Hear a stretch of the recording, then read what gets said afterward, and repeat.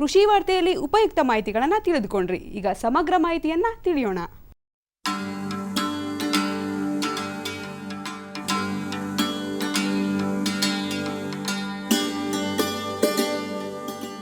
ದಾಳಿಂಬೆ ಒಂದು ಪ್ರಮುಖ ಹಣ್ಣಿನ ಬೆಳೆಯಾಗಿದೆ. ಇದನ್ನ ಸಾಮಾನ್ಯವಾಗಿ ರಾಜ್ಯದ ಬಿಜಾಪುರ, ಬೆಳಗಾವಿ, ಕೊಪ್ಪಳ, ಬಳ್ಳಾರಿ, ರಾಯಚೂರು ಸೇರಿದಂತೆ ಇನ್ನಿತರೆ ಬಿಸಿಲಿನ ಪ್ರದೇಶದಲ್ಲಿ ಹೆಚ್ಚಿನ ಪ್ರಮಾಣದಲ್ಲಿ ಬೆಳೆಯಲಾಗುತ್ತಿದೆ. ದಾಳಿಂಬೆ ಹಣ್ಣಿಗೆ ರೋಗಗಳು ದಾಳಿ ಇಟ್ಟಾಗ ರೈತರು ಕಂಗಾಲಾಗುವುದು ಸರ್ವೇ ಸಾಮಾನ್ಯ. ಆದರೆ ರೈತ ಬಾಂಧವರು ಯಾವುದೇ ಕಾರಣಕ್ಕೂ ಧೃತಿಗೆಡದೆ ದಾಳಿಂಬೆ ಬೆಳೆಯಲ್ಲಿ ಕೆಲವೊಂದು ಸಮಗ್ರ ರೋಗ ಹತೋಟಿ ಕ್ರಮಗಳನ್ನು ಅನುಸರಿಸಿದ್ದೇ ಆದಲ್ಲಿ ದಾಳಿಂಬೆ ಬೆಳೆಯನ್ನ ರೋಗದಿಂದ ಕಾಪಾಡಿಕೊಳ್ಳಬಹುದಾಗಿದೆ. ದುಂಡಾಣು ಮಚ್ಚೆ ರೋಗ ದಾಳಿಂಬೆ ಬೆಳೆಯನ್ನ ಬಾಧಿಸುವ ಪ್ರಮುಖ ರೋಗವಾಗಿದೆ. ಈ ರೋಗದ ಸಂಪೂರ್ಣ ಹತೋಟಿಗೆ ರೈತ ಬಾಂಧವರು ಸಮಗ್ರ ರೋಗ ಹತೋಟಿ ಕ್ರಮಗಳನ್ನು ಅನುಸರಿಸಬೇಕಾಗುತ್ತದೆ.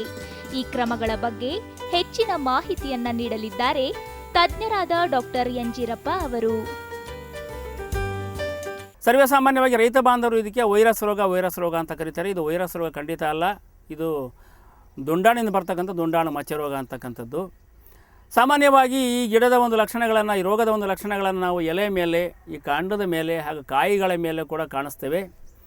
ಮೊದಲಿಗೆ ಸರ್ವೇಸಾಮಾನ್ಯವಾಗಿ ಈ ಎಲೆಗಳ ಮೇಲೆ ಕಪ್ಪು ಬಣ್ಣದ ಚುಕ್ಕೆಗಳು, ಕಪ್ಪು ಬಣ್ಣ ಚುಕ್ಕೆ ಮೂಡೋದಕ್ಕಿಂತ ಮುಂಚೆ ನೀರಿನ ಗುಳ್ಳೆಯಂತಹ ಕೆಲವೊಂದು ಮಚ್ಚೆಗಳು ಎಲೆಗಳ ಮೇಲೆ ಕಾಣಿಸ್ಕೊಳ್ತವೆ.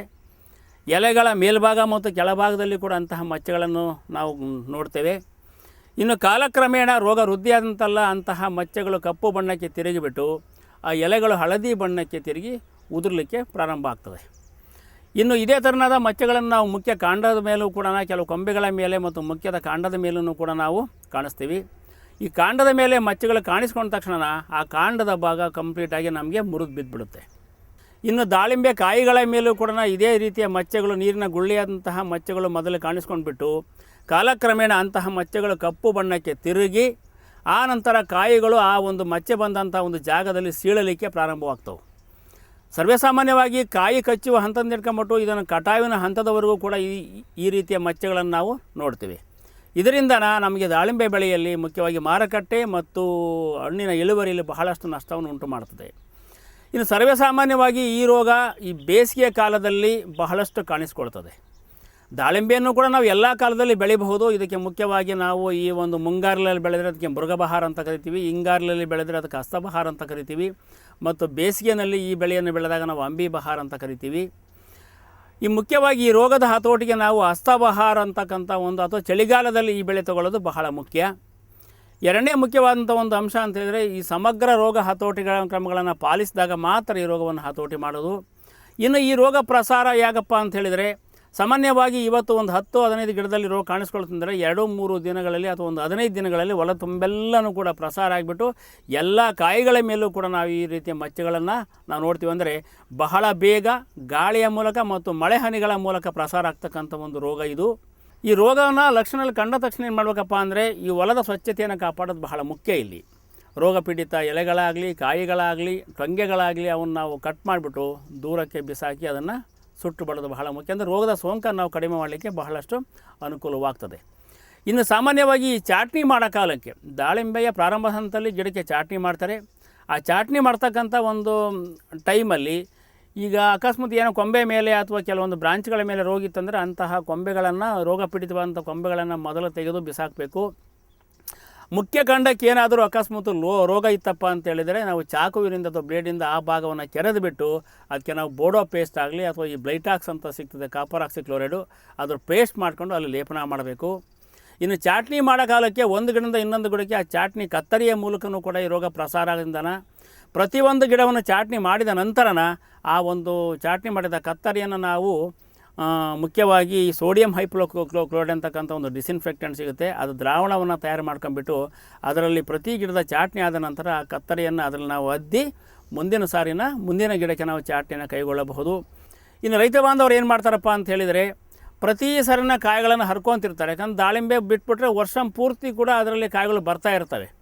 ಅದಕ್ಕೆ ನಾವೇನು ಮಾಡಬೇಕಪ್ಪ ಅಂದ್ರೆ ಒಂದು ಬೆಳೆಗೆ ನಮ್ಮ ಬೆಳೆಯನ್ನು ರಿಸ್ಟ್ರಿಕ್ಟ್ ಮಾಡಬೇಕಪ್ಪ ಅಂತ ಹೇಳಿದರೆ ಒಂದು ಬೆಳೆಯನ್ನು ಪಡ್ಕೊಂಡ ನಂತರನ ಸುಮಾರು 5-6 ತಿಂಗಳ ಕಾಲ ಅದಕ್ಕೆ ಒಂದು ನಾವು ವಿಶ್ರಾಂತಿಯನ್ನು ಕೊಡಬೇಕು. ಇದೇನಪ್ಪ ಗಿಡಗಳಿಗೆ ವಿಶ್ರಾಂತಿ ಕೊಡೋದು ಅನ್ನೋ ತಮ್ಮನ್ನೆಲ್ಲ ಒಂದು ಡೌಟ್ ಬರ್ಬೋದು. ಸಾಮಾನ್ಯವಾಗಿ ವಿಶ್ರಾಂತಿ ಅಂತ ಹೇಳ್ಬಿಟ್ರೆ ನಾವು ಬೆಳೆಯನ್ನು ನಾವು ಕಟಾವಾದ ನಂತರನ ಗಿಡಗಳನ್ನು ನೀರು ಮತ್ತು ಗೊಬ್ಬರವನ್ನು ಕೊಡದಂತೆ ಹಾಗೆ ಬಿಡಬೇಕು. ಅಕಸ್ಮಾತ್ ಏನಾರ ಗಿಡಗಳು ಒಣಗ್ತಾವಪ್ಪ ಅಂತ ಕಂಡ್ಕೊಂಡ್ರೆ ಒಂದು ಲೈಫ್ ಸೇವಿಂಗ್ ಇರಿಗೇಷನ್ ಅಂತ ಕರಿತೀವಿ, ಒಂದು ನೀರನ್ನು ಮಾತ್ರ ಕೊಡಬಹುದು. ಅವಾಗ ಏನಾಗ್ತಪ್ಪ ಅಂದರೆ ಎಲ್ಲ ಒಂದು ಎಲೆಗಳು ಕೂಡ ಕೆಳಗೆ ಉದುರಿಬಿಟ್ಟು, ಕಾಯಿಗಳು ಕೂಡ ಕೆಳಗೆಲ್ಲ ಪೂರ್ತಿ ಉದುರಿಬಿಟ್ಟು ಆ ಒಂದು ರೋಗದ ಸೋಂಕು ಬಹಳಷ್ಟು ಕಡಿಮೆ ಆಗುತ್ತೆ. ಮುಖ್ಯವಾಗಿ ಇದಕ್ಕೆ ಒಂದು ಶಿಲೀಂಧ್ರನಾಶಕವನ್ನು ಸ್ಟೆಪ್ಟೊಮೈಸಿನ್ ಸಲ್ಫೇಟ್ ಆದರೆ 0.5 ಗ್ರಾಮು, ಕಾಪರ್ ಆಕ್ಸಿಕ್ಲೋರೈಡ್ ಆದರೆ 3 ಗ್ರಾಮನ್ನು ಇವೆರಡನ್ನೂ ಕೂಡ ಪ್ರತಿ ಲೀಟರ್ ನೀರಿನಲ್ಲಿ ಮಿಶ್ರ ಮಾಡಿಬಿಟ್ಟು ಬೆಳೆಯ ರೋಗದ ಲಕ್ಷಣಗಳು ಕಂಡ ತಕ್ಷಣ ನಾವು ಈ ಗಿಡಕ್ಕೆ ಸಿಂಪಡಣೆಯನ್ನು ಕೂಡ ಮಾಡಬೇಕಾಗ್ತದೆ. ಇನ್ನು ಬಹುಮುಖ್ಯವಾದಂಥ ಒಂದು ಅಂಶ ಅಂತೇಳಿದರೆ, ಒಂದು ಬೆಳೆಯ ಪ್ರಾರಂಭದ ಹಂತದಲ್ಲಿ ಒಂದು ಕಟಾವಾದ ನಂತರ ವಿಶ್ರಾಂತಿ ಕೊಟ್ಟು ಪುನಃ ನಾವು ಬೆಳೆಯನ್ನು ಪ್ರಾರಂಭ ಮಾಡ್ತೀವಲ್ಲ, ಅಂಥ ಒಂದು ಸಂದರ್ಭದಲ್ಲಿ ಪ್ರತಿಯೊಂದು ಗಿಡಕ್ಕೂ ಕೂಡ ಒಂದು 10 kgಯಷ್ಟು ಈ ಸಾವಯವ ಗೊಬ್ಬರ ಜೊತೆಗೆ ಒಂದು ಸ್ವಲ್ಪ ಸುಡಾಮನಸ್ಸು, ಟ್ರೈಕೋಡರ್ಮ ಈ ರೀತಿ ಕೆಲವೊಂದು ಈ ಜೈವಿಕ ಸೂಕ್ಷ್ಮ ಜೀವಿಗಳಿರ್ತವೆ, ಅಂಥವನ್ನು ಕೂಡ ಸುಮಾರು ಸುಡಾಮನಸ್ ಆದರೆ 25 ಗ್ರಾಮು, ಅಸ್ಟೋಬ್ಯಾಕ್ಟರ್ ಆದರೆ 25 ಗ್ರಾಮು, ಟ್ರೈಕೋಡರ್ಮ ಕೂಡ 25 ಗ್ರಾಮನ್ನು ಸಾವಯವ ಗೊಬ್ಬರದ ಮೂಲಕ ಮಣ್ಣಿಗೆ ಸೇರಿಸೋದ್ರಿಂದಲೂ ಕೂಡ ಈ ಗಿಡದಲ್ಲಿ ಒಂದು ನಿರೋಧಕ ಶಕ್ತಿ ಹೆಚ್ಚಾಗಿಬಿಟ್ಟು ಈ ಒಂದು ರೋಗವನ್ನು ನಾವು ಹತೋಟಿಯನ್ನಾಗಿ ಮಾಡಬಹುದು. ದಾಳಿಂಬೆ ಬೆಳೆಯಲ್ಲಿ ಕಂಡುಬರುವ ಮತ್ತೊಂದು ಪ್ರಮುಖ ರೋಗವೆಂದರೆ ಸೊರಗು ರೋಗ ಅಥವಾ ಬಾಡು ರೋಗ. ಈ ರೋಗ ಮಣ್ಣಿನಲ್ಲಿರುವ ರೋಗಾಣುವಿನ ಮೂಲಕ ಹರಡುತ್ತದೆ. ಹೀಗಾಗಿ ರೈತ ಬಾಂಧವರು ರೋಗ ನಿರೋಧಕ ತಳಿಗಳನ್ನ ನಾಟಿಗೆ ಬಳಸುವುದು ಸೂಕ್ತ ಎನ್ನುತ್ತಾರೆ ತಜ್ಞರು. ಈ ಒಂದು ರೋಗನು ಸುಮಾರು ಭೂಮಿಯಲ್ಲೇ ವಾಸ ಮಾಡ್ತಿರುತ್ತೆ. ಭೂಮಿ ಅಂದರೆ ಮಣ್ಣಿನಲ್ಲಿ ವಾಸ ಮಾಡ್ತಿರುತ್ತೆ. ಅದು ಅಕಸ್ಮಾತ್ ಮಣ್ಣಿನಲ್ಲಿ ಇದ್ದುಕೊಂಡ್ಬಿಟ್ಟು ಗಿಡದ ಬೇರಿನ ಮೂಲಕ ಗಿಡದ ಒಳಗಡೆ ಪ್ರವೇಶವನ್ನು ಪಡ್ಕೊಂಡ್ಬಿಟ್ಟು ಅಲ್ಲಿ ಗಿಡದ ಒಳಗಡೆನೆ ಆಹಾರ ಮತ್ತು ಲವಣಾಂಶಗಳ ಅಥವಾ ಆಹಾರ ಮತ್ತು ಪೋಷಕಾಂಶಗಳ ಪೂರೈಕೆಯನ್ನು ಅದು ಬಂದ್ ಮಾಡಿಬಿಟ್ಟು ಆ ಗಿಡ ಒಣಗುವಂತೆ ಮಾಡ್ತದೆ. ಇದರ ಮುಖ್ಯ ಲಕ್ಷಣಗಳೇನಪ್ಪ ಅಂತೇಳಿದರೆ, ಮೊದಲಿಗೆ ಯಾವುದಾದರೂ 2 ಅಥವಾ 3 ಕೊಂಬೆಗಳು ಒಣಗಲಿಕ್ಕೆ ಶುರುವಾಗ್ತವೆ. ಫಸ್ಟ್ ಗಿಡ ಬಾಡುತ್ತೆ, ಎಲೆಗಳು ಹಳದಿ ಬಣ್ಣಕ್ಕೆ ತೇರ್ಕೊಂಡ್ಬಿಡ್ತವೆ. ನಂತರ ಗಿಡ ಬಾಡಲಿಕ್ಕೆ ಶುರುವಾಗ್ತದೆ. ಆನಂತರ ಇಡೀ ಗಿಡನೂ ಕೂಡ ಸಂಪೂರ್ಣವಾಗಿ ಬಾಡಿಬಿಟ್ಟು ಒಣಗಲಿಕ್ಕೆ ಪ್ರಾರಂಭ ಆಗ್ತದೆ. ಇದು ಮಣ್ಣಿನಲ್ಲಿರ್ತಕ್ಕಂಥ ಶಿಲೀಂಧ್ರ ಆಗಿರೋದ್ರಿಂದ ಇದಕ್ಕೆ ಮೇಲಿನ ಸಿಂಪರಣೆ ಉಪಯೋಗ ಇಲ್ಲ. ನಾವು ಮಣ್ಣಿಗೇನೆ ಇದಕ್ಕೆ ಟ್ರೀಟ್ಮೆಂಟ್ ಮಾಡಬೇಕು. ಯಾವ ರೀತಿಯಪ್ಪ ಅಂದರೆ, ಇದಕ್ಕೂ ಕೂಡ ಕೆಲವೊಂದು ಸಮಗ್ರ ಹತೋಟಿ ಕ್ರಮಗಳನ್ನು ನಾವಿಲ್ಲಿ ಪಾಲಿಸಬೇಕಾಗುತ್ತೆ. ಗಿಡವನ್ನು ನಾಟಿ ಮಾಡೋ ಕಾಲಕ್ಕೆ ಆದಷ್ಟು ರೋಗ ರಹಿತವಾದಂತಹ ಒಂದು ಗಿಡಗಳನ್ನು ತಂದಿಲ್ಲಿ ನಾಟಿ ಮಾಡಬೇಕು. ಆನಂತರ ಅಕಸ್ಮಾತ್ ಯಾವುದಾದ್ರೂ ಒಂದು ಈ ರೋಗ ಮುಖ್ಯವಾಗಿ ಪ್ರಸಾರ ಆಗ್ತಕ್ಕಂಥದ್ದು ಅಂತ ಹೇಳಿದ್ರೆ, ಈ ನೀರಿನ ಮೂಲಕ ಅಥವಾ ಕೆಲವೊಂದು ಬೇಸಾಯ ಕ್ರಮಗಳನ್ನು ಎಡೆಕೊಂಡೆ ಹೊಡಿತಿರ್ತೀವಿ, ಅಥವಾ ಇನ್ನು ಮತ್ತೊಂದು ಯಾವುದಾದ್ರು ಬೇಸಾಯ ಕ್ರಮಗಳನ್ನು ಆ ದಾಳಿಂಬೆ ತೋಟದಲ್ಲಿ ಮಾಡ್ತಕ್ಕಂಥ ಒಂದು ಸಂದರ್ಭದಲ್ಲಿ ಒಂದು ಗಿಡದಿಂದ ಇನ್ನೊಂದು ಗಿಡಕ್ಕೆ ಮಣ್ಣು ಹೋದಾಗ ನೀರಿನ ಮೂಲಕ ಹರ್ಕೊಂಡು ಹೋಗ್ಬೋದು, ಅಥವಾ ಬೇಸಾಯ ಕ್ರಮಗಳ ಮೂಲಕನ ಮಣ್ಣು ಒಂದು ಗಿಡದಿಂದ ಇನ್ನೊಂದು ಗಿಡದ ಕಡೆಗೆ ಹೋಗಬಹುದು. ಅಂಥ ಸಂದರ್ಭದಲ್ಲಿ ಮಣ್ಣಿನಲ್ಲಿರ್ತಕ್ಕಂಥ ರೋಗಾಣು ಕೂಡ ಒಂದು ಗಿಡದಿಂದ ಇನ್ನೊಂದು ಗಿಡಕ್ಕೆ ಕೂಡ ಪ್ರಸಾರ ಆಗ್ತಕ್ಕಂಥ ಸಾಧ್ಯತೆ ಹೆಚ್ಚು. ಇದು ಗಾಳಿ ಮೂಲಕ ಪ್ರಸಾರ ಆಗ್ತಕ್ಕಂಥ ರೋಗ ಅಲ್ಲ. ಆದ್ದರಿಂದ ಇದಕ್ಕೆ ಮಣ್ಣಿನಲ್ಲೇ ಮಣ್ಣಿಗೆ ನಾವು ಮುಖ್ಯವಾಗಿ ಟ್ರೀಟ್ಮೆಂಟ್ ಮಾಡಬೇಕಾಗ್ತದೆ. ಇದಕ್ಕೂ ಕೂಡ ಸಾವಯವ ಗೊಬ್ಬರವನ್ನು ಹೆಚ್ಚಾಗಿ ಕೊಡಬೇಕು. ಆದಷ್ಟು ರಾಸಾಯನಿಕ ಗೊಬ್ಬರಗಳನ್ನು ಬಹಳಷ್ಟು ಕಡಿಮೆ ಮಾಡಬೇಕು. ಇನ್ನು ಸಾವಯವ ಗೊಬ್ಬರದ ಜೊತೆಗೆ ನಾವು ಅಸ್ಟೋಬ್ಯಾಕ್ಟರ್ ಅಥವಾ ಮುಖ್ಯವಾಗಿ ಟ್ರೈಕೋಡರ್ಮ ಅಂತಕ್ಕಂಥ ಒಂದು ಶಿಲೀಂಧ್ರನಾಶಕ ತುಂಬ ಪ್ರಬಲವಾಗಿ ಈ ಒಂದು ರೋಗಕ್ಕೆ ಕೆಲಸ ಮಾಡ್ತದೆ. ಅದನ್ನು ಸಾವಯವ ಗೊಬ್ಬರದ ಮೂಲಕ ಮಣ್ಣಿನಲ್ಲಿ ನಾವು ಮಿಶ್ರ ಮಾಡಿ ಟ್ರೈಕೋಡರ್ಮವನ್ನು ಅಪ್ಲಿಕೇಶನ್ ಕೂಡ ಮಾಡಬಹುದು. ಇನ್ನು ಯಾವುದಾದರೂ 1 ಅಥವಾ 2 ಗಿಡ, ಒಂದು 10-15 ಗಿಡ ಹೊಲದಲ್ಲಿ ಒಣಗಿದ್ವಪ್ಪ ಅಂತೇಳಿದರೆ ಅಂತಹ ಒಂದು ಗಿಡಗಳನ್ನು ತೆಗೆದು ಅವನು ಸುಟ್ಟಾಕಿಬಿಟ್ಟು ಸಂಪೂರ್ಣವಾಗಿ ನಾಶ ಮಾಡಬೇಕು. ಆ ಒಂದು ಜಾಗದಲ್ಲಿ ರೋಗಪೀಡಿತವಾದಂಥ ಒಂದು ಗಿಡ ತೆಗೆದ ನಂತರ ಆ ಒಂದು ಜಾಗದಲ್ಲಿ ಪುನಃ ನಾವು ನಾಟಿ ಮಾಡೋ ಕಾಲಕ್ಕೆ ಸರ್ವೇ ಸಾಮಾನ್ಯವಾಗಿ ನಾವು ಬೇಸಿಗೆಯ ಕಾಲದಲ್ಲಿ ಆ ಮಣ್ಣನ್ನು ಕೆದರಿಬಿಟ್ಟು ಅದಕ್ಕೊಂದು ಸ್ವಲ್ಪ ಫಾರ್ಮಾಲ್ಡಿಹೈಡ್ ಅಂತಕ್ಕಂಥ ಒಂದು ದ್ರಾವಣವನ್ನು ಹಾಕಿ, ನಂತರ ಪ್ಲಾಸ್ಟಿಕ್ ಶೀಟನ್ನು ಅದ್ರ ಮೇಲೆ ಹಾಕಿ ಒಂದು 10-15 ದಿನಗಳ ಕಾಲ ಬಿಸಿಲಿಗೆ ಬಿಟ್ಟಾಗ ಈ ಮಣ್ಣಿನಲ್ಲಿರ್ತಕ್ಕಂಥ ಒಂದು ಶಿಲೀಂಧ್ರ ಸಂಪೂರ್ಣವಾಗಿ ನಾಶವಾಗ್ತದೆ. ಇನ್ನು ಮುಖ್ಯವಾಗಿ ಇದಕ್ಕೆ ನಾವು ಕೆಮಿಕಲ್ಸ್ ಅಥವಾ ರಾಸಾಯನಿಕ ಉಪಚಾರ ಅಂತೇಳಿಬಿಟ್ರೆ, ಪ್ರೊಪಿಕೊನಜೋಲ್ ಅಂತ ಒಂದು ಔಷಧ ಬರುತ್ತೆ. ಅದನ್ನು ನಾವು 3 ಮಿಲಿಲೀಟರ್ ಪ್ರತಿ ಲೀಟರ್ ನೀರಿನಲ್ಲಿ ಮಿಶ್ರ ಮಾಡಿಬಿಟ್ಟು ಈ ಮಣ್ಣಿಗೆ ನಾವು ರಾಸಾಯನಿಕವನ್ನು ಕೊಟ್ಟಾಗ ಅಥವಾ ಒಂದು ದ್ರಾವಣವನ್ನು ಮಣ್ಣಿಗೆ ಹಾಕಿದಾಗ ಈ ರೋಗವನ್ನು ನಾವು ಹತೋಟಿ ಮಾಡಬಹುದು. ಮೇಲ್ನೋಟಕ್ಕೆ ದುಂಡಾಣು ರೋಗದ ಲಕ್ಷಣಗಳಂತೆ ಕಾಣಿಸುವ ಚಿಬ್ಬು ರೋಗ ದಾಳಿಂಬೆ ಬೆಳೆಯನ್ನ ಬಾಧಿಸುವ ಇನ್ನೊಂದು ಪ್ರಮುಖ ರೋಗವಾಗಿದೆ. ತಜ್ಞರು ಶಿಫಾರಸು ಮಾಡುವ ಶಿಲೀಂಧ್ರ ನಾಶಕವನ್ನ ಸೂಕ್ತ ಪ್ರಮಾಣದಲ್ಲಿ ಸಿಂಪರಿಸುವುದರ ಮೂಲಕ ಈ ರೋಗವನ್ನ ಹತೋಟಿಗೆ ತರಬಹುದಾಗಿದೆ.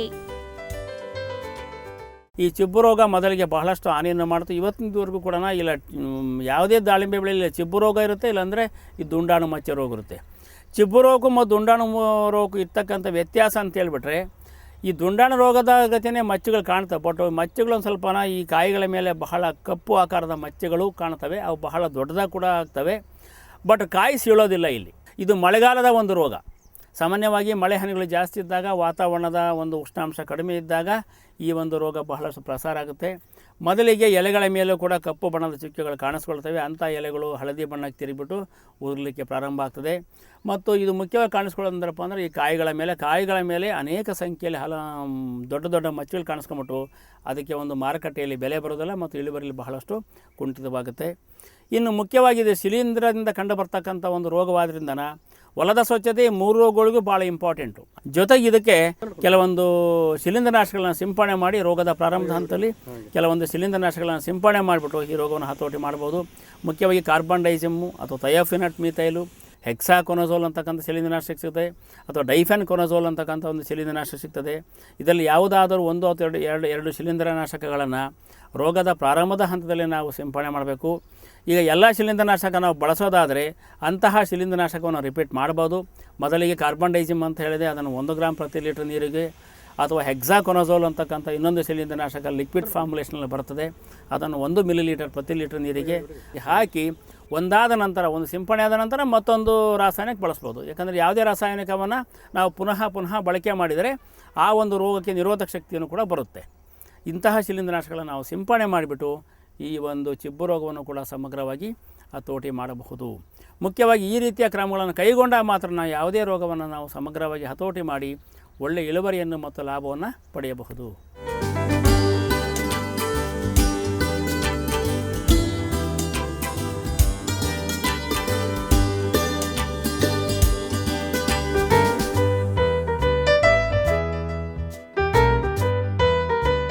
ಕೋಳಿ ಮೊಟ್ಟೆಯ ಸೇವನೆಯಿಂದ ಉತ್ತಮ ಗುಣಮಟ್ಟದ ಪ್ರೋಟೀನನ್ನು ಪಡೆಯಬಹುದಾಗಿದೆ. ಆದ್ದರಿಂದ ದಿನಕ್ಕೊಂದು ಮೊಟ್ಟೆ ಸೇವಿಸಬೇಕು ಎನ್ನುವುದು ವೈದ್ಯರ ಸಲಹೆ ಆಗಿದೆ. ಮೊಟ್ಟೆ ಸೇವನೆಯು ಒಂದು ಪೌಷ್ಟಿಕ ಆಹಾರ ಎನ್ನುವ ಕುರಿತು ಮಾಹಿತಿಯನ್ನು ತಿಳಿಯೋಣ ಬನ್ನಿ.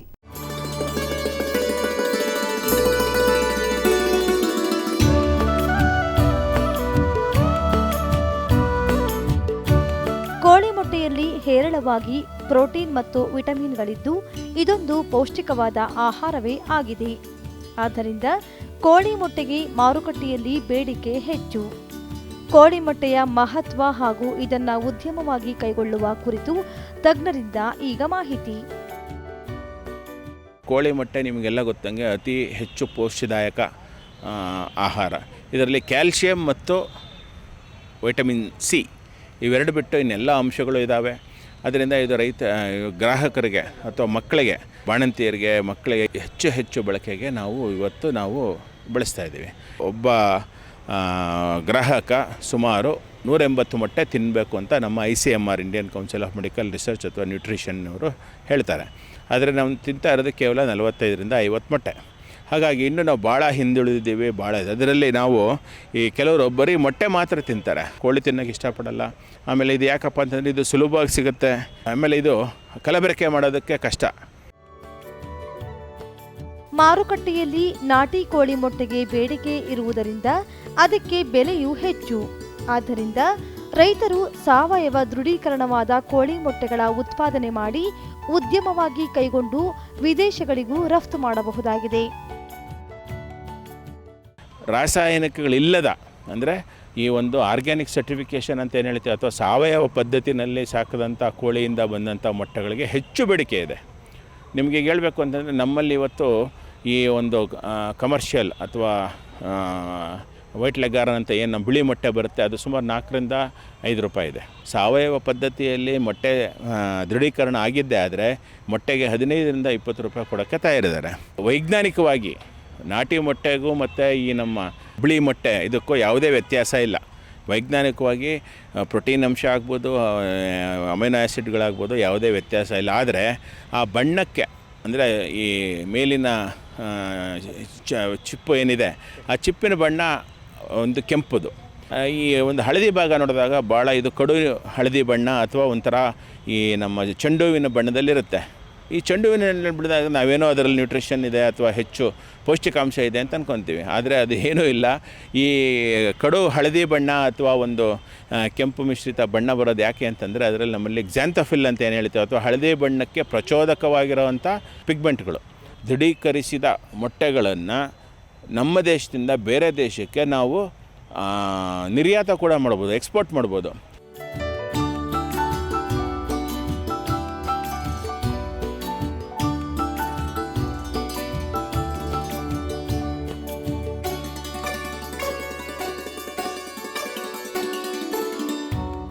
ರೈತ ಬಾಂಧವರೇ, ಇವತ್ತಿನ ಕೃಷಿ ದರ್ಶನ ಕಾರ್ಯಕ್ರಮ ನಿಮಗೆ ಇಷ್ಟವಾಗಿದೆ ಅಂದ್ಕೊಂಡಿದ್ದೀವಿ. ಮತ್ತೆ ಭೇಟಿ ಆಗ್ತೀವಿ. ನಮಸ್ಕಾರ.